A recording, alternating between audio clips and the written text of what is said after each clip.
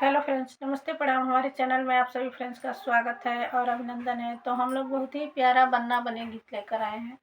अगर अच्छा लगेगा तो लाइक शेयर सब्सक्राइब जरूर कीजिएगा और कमेंट बॉक्स में ज़रूर बताइएगा कि ये बन्ना बनी गीत आप लोगों को कैसा लगा। तो चलिए सुनाते हैं। सोनरा के गालिया में निकले कवन दुल्हा, निकले कवन दुल्हा, कर लगले शिकारी के मोल हरिवाले बन्ना, कर लगले शिकारी के मोल हरिवाले बन्ना। गलिया के गलिया से निकले सुंदर दुल्हा, निकले सुंदर दुल्हा, कर लगले शिकारी के मोल हरिवाले बन्ना, कर लगले शिकारी के मोल हरिवाले बन्ना।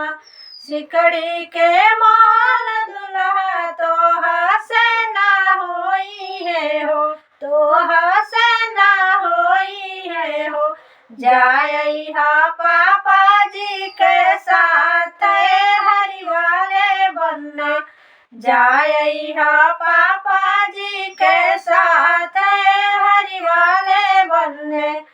गलिया के गलिया से निकले कवन दुल्हा, निकले सुंदर दुल्हा, कर लगले सरारा के मोल हरिवाले बन्ना, कर लगले सहारा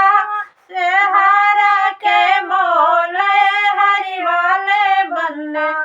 सहारा के मोल दुल्हा तो हसे ना होई है हो, तो हसे ना होई है हो, जाई हा चाचा जी के साथ हरिवाले बन्ना, जाई हा चाचा जी के साथ हरिवाले बन्ना। मलिया के गलिया से निकले सुंदर दुल्हा, निकले सुंदर दुल्हा, कर लगले मालावा के मोल हरिवाले बन्ना, कर लगले मालावा के मोल हरिवाले बन्ना। मलवा के मोल दुल्हा तो हसे ना होई है हो, तो हसे ना होई है हो, जाई हा चाचा जी के साथ हरिवाले बन्ना, जाई हा चाचा जी के साथ हरिवाले बन्ना। बजजवा के गालिया से निकले सुंदर दुल्हा, निकले सुंदर दुल्हा, कर लगले सूटावा के मोल हरिवाले बन्ने, कर लगले सूटावा के मोल हरिवाले बन्ने। सूटवा के मोल दुल्हा तो हसे ना होई है हो, तो हसे ना होई है हो, जाई हा भैया जी के साथ हरिवाले बन्ने, जाई हा भैया जी के साथ हरिवाले बन्ने।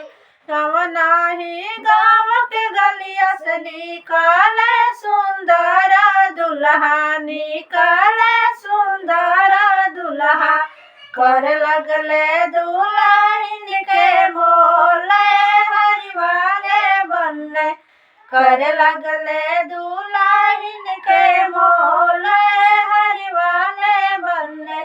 दुल्हन के मोल दुल्हा तो हसे ना होई है हो, तो हसे ना होई है हो, जाई हा भैया जी के साथ हरिवाले बन्ने, जाई हा पापा जी के साथ हरिवाले बन्ने, जाई हा चाचा जी के साथ